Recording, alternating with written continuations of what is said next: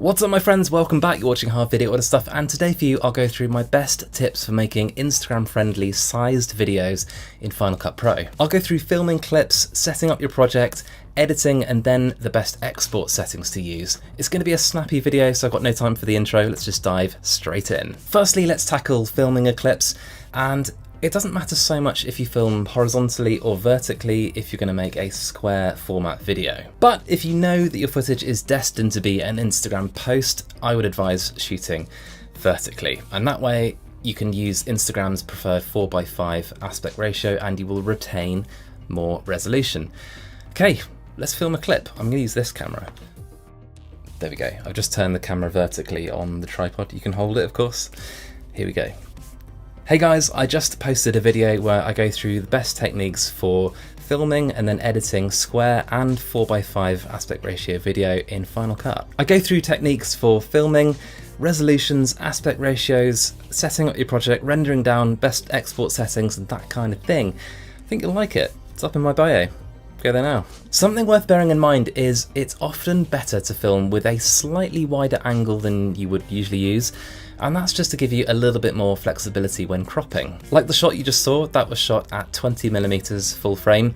It's just a case where shooting a little bit wider is playing it safe. It doesn't have to be much wider, but I think you'll appreciate the flexibility. One last minor consideration with the way that I've positioned myself in the frame here is that with most lenses, the sharpest area is dead center. And you can see I've positioned myself with my face dead center. It's also, as I mentioned, a 20mm lens, so if my face was nearer towards the edge, you might notice a little bit of distortion as well. So more reasons to frame it this way.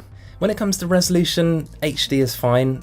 4K even better, more than that obviously it's just a bonus. Ideally it's good to try and retain as much resolution as possible between shooting and posting, although Instagram sometimes has an annoying way of making the footage look a little bit softer, which is annoying. Anyway, we've got our video, let's get it into Final Cut and set up a project. In Final Cut, when you create a new project, you can see there are a number of presets to choose from, and when you select square as the project settings, for some reason the default resolution is 720 by 720, which of course I can't recommend because by today's standard that's considered super low resolution. So for square format, the best bet is to use custom project and set it to match the resolution of your footage. So for 4K UHD footage, which is 3840 by 2160, I'd go for 2160 by 2160. HD we know is 1920 by 1080, so of course for that I'd recommend 1080 by 1080. For the insta-friendly 4:5 aspect ratio, which is something like this,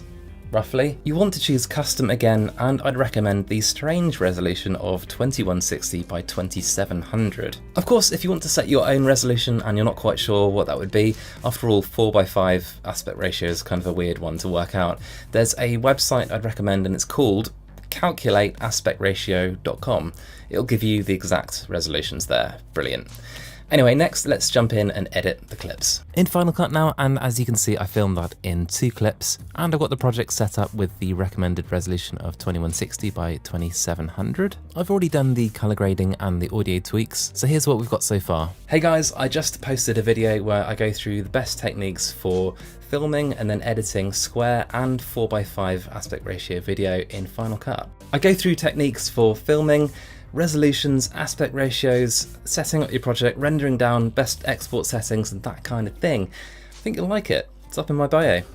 Okay, definitely some stuff we need to work on, and the first thing I need to fix is the jump cut, and all I'm going to do is just crop in a little bit on the second clip so it looks a little less jarring. It's not perfect, I know. I usually prefer to try and hide jump cuts with B-roll if I can, but I think for platforms like Instagram and TikTok, this kind of thing is less important. I did a whole video dedicated to techniques for avoiding jump cuts, and I'll link that below if you're interested. Now that I've done that, I want to keep these clips tidy, so I'm going to select them both, right click and select new compound clip. This means that now when I make tweaks, it will affect both clips together. So of course the next thing to sort out is these black bars next to our clips, and all I need to do is just crop in until my image fills the frame, and for me that's at 142%. Next I want to sort out the framing of this image, so I'm just going to change the position of my clip a little bit, just until it looks right. It's more of a feel thing, and that's about right for me. The last thing I want to do is just add a little fade in and fade fade out at the beginning and end. So I'm going to select our clip and hit Ctrl V to open up the video animation, and then just add a couple of fades. You don't have to do this, of course, this is just my preference. Finally, it's time to go through the best export settings for Final Cut Pro, and I know best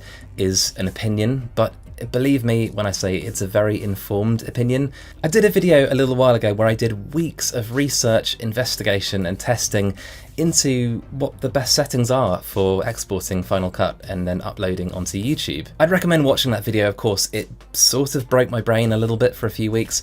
I'll link it up here and it's down below if you're interested. But the too long didn't read conclusion was that the best option for exporting videos is to select Render, Master File, then Computer, and of course make sure the better quality option is selected in the drop-down menu. I found the computer option the best balance between image quality and file sizes, and it's now the way that I render down every video I do.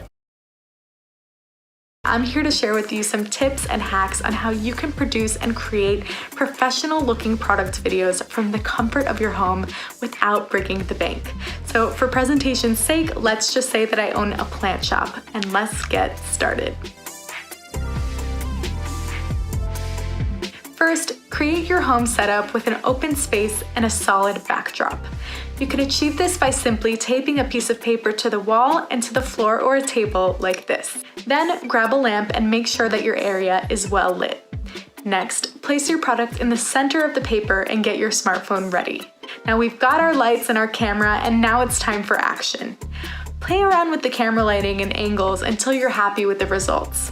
After following these simple steps, there's no reason you shouldn't have professional looking product photos to add to your video.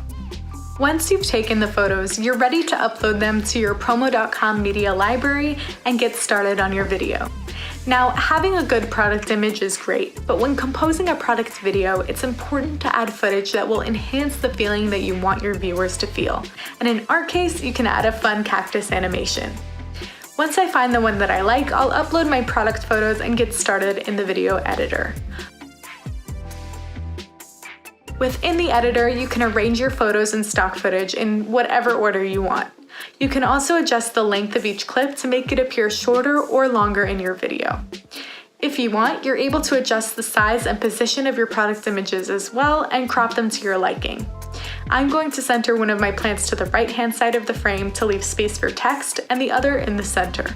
Once you're happy with the way everything looks, you can add text to each clip. Be sure to add your company's logo to the outro and press save and preview to see your final video.